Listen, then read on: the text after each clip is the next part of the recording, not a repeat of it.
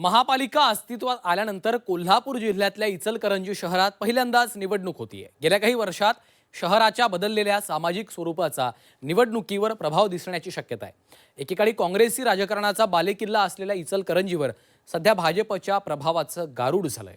महापालिकेच्या निकालातून इचलकरंजीवर कुणाचा वर्चस्व राहणार हे स्पष्ट होणार आहे। महाराष्ट्राचं मिनी मँचेस्टर अशी इचलकरंजी शहराची ओळख आहे। 1893 पासून अस्तित्वात असलेल्या नगरपालिकेचं रूपांतर आता महानगरपालिकेत झालंय। इचलकरंजी महानगरपालिकेची निर्मिती ही केवळ प्रशासकीय बदल नाही, तर स्थानिक राजकारणाचा गेम चेंजर ठरणारी घटना आहे।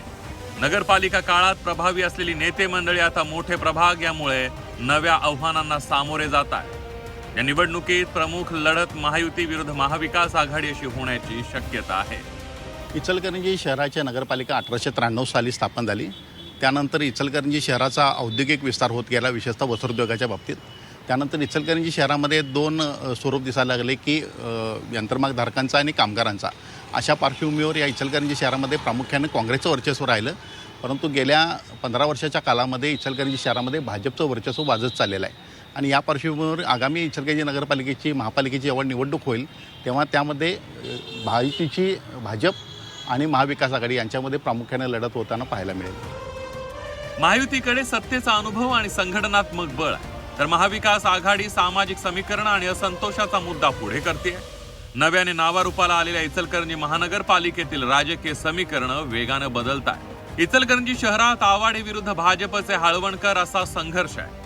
राहुल आवाडे भाजपात आल्यानं इचलकरंजी शहरात भाजपची ताकद वाढली आहे। राष्ट्रवादी शरद पवार पक्षाच्या मदन कारंडे गटाचेही ठळक अस्तित्व आहे। राष्ट्रवादीच्या अशोकराव जांभळेंचं शहापूर भागावर वर्चस्व आहे। इचलकरंजीमध्ये महायुती विरुद्ध शहर विकास आघाडी अशा सामन्याची शक्यता आहे। सत्ताधारी भाजप आमदार राहुल आवाडे यांनी भाजप सत्तेवर आल्यापासून शहरात विकासाची गंगा वाहत असल्याचा दावा केलाय।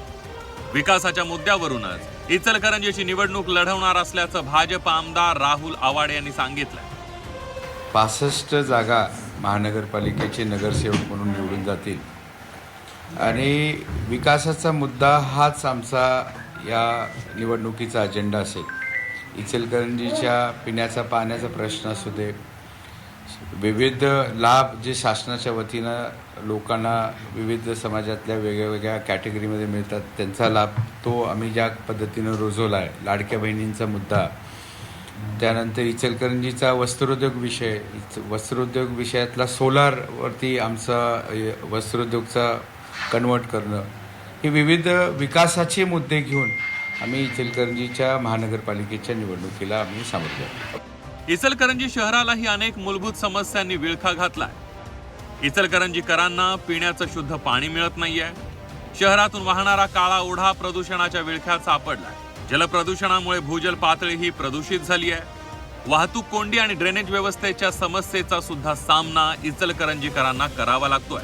इचलकरंजी नगरपालिकेत भाजपा सत्तेत होती, पण सत्तेत राहून देखील इचलकरंजी शहराचे प्रश्न मिटवण्यासाठी सत्ताधारी भाजपनं म्हणावे तसे प्रयत्न केले नाहीत। त्यामुळे इचलकरंजी शहरातील जनता भाजपला त्यांची जागा दाखवेल असं काँग्रेसचे सरचिटणीस शशांक बावचरकर यांनी म्हटलेलं। इचलकरंजीला पाणी प्रश्न हा अतिशय गंभीर झालेला आहे। 2012 पासून इचलकरंजी शहराला सुरुवातीला वारणा नदीतून पाणी असेल, नंतरच्या काळामध्ये सुळकूड योजना मंजूर झाली, पण या दोन्ही योजनांचं पाणी इचलकरंजी शहरामध्ये आणण्याला सत्ताधारी पक्ष, इथले असणारे लोकप्रतिनिधी, मग ते खासदार असतील किंवा आमदार असतील, हे कमी पडलेत। 2009 पासून इचलकरंजीचं प्रतिनिधित्व हे भारतीय जनता पक्षाकडे आहे। 2016 ते 2022 पर्यंत नगरपालिकेमध्ये नेतृत्व भारतीय जनता पक्षाच्या नगराध्यक्षांच्याकडे होतं, आणि तरीसुद्धा ही मंडळी इचलकरंजी शहराचा पाण्याचा प्रश्न सोडवू शकले नाहीत। इचलकरंजी शहरामध्ये मोठ्या प्रमाणावर कामगार वर्ग आहे। कामगार नगरी म्हणून ओळख असणाऱ्या इचलकरंजी शहरातील कामगारांना कुणाला विसरून चालणार नाही। याच इचलकरंजी शहराचे नगराध्यक्ष पद एका कामगार नेत्यानं यापूर्वी भूषवलेलं आहे। कामगार वर्गाकडे राजकीय पक्षांनी दुर्लक्ष केल्याचा आरोप आता होऊ लागलाय। इचलकरंजी शहरातले प्रश्न अजिबात मिटलेले नाही आहेत। वारंवार क्लिष्ट प्रश्न व्हायला लागलेले आहेत। या हा इचलकरंजी शहर एक कामगार वर्गाचं शहर आहे। या कामगार वर्गाच्या शहरावर त्यांना जो काय मिळणारा पगार आहे या पगारावर या कामगारांचं उपजीविकेचं साधन चालत नाही.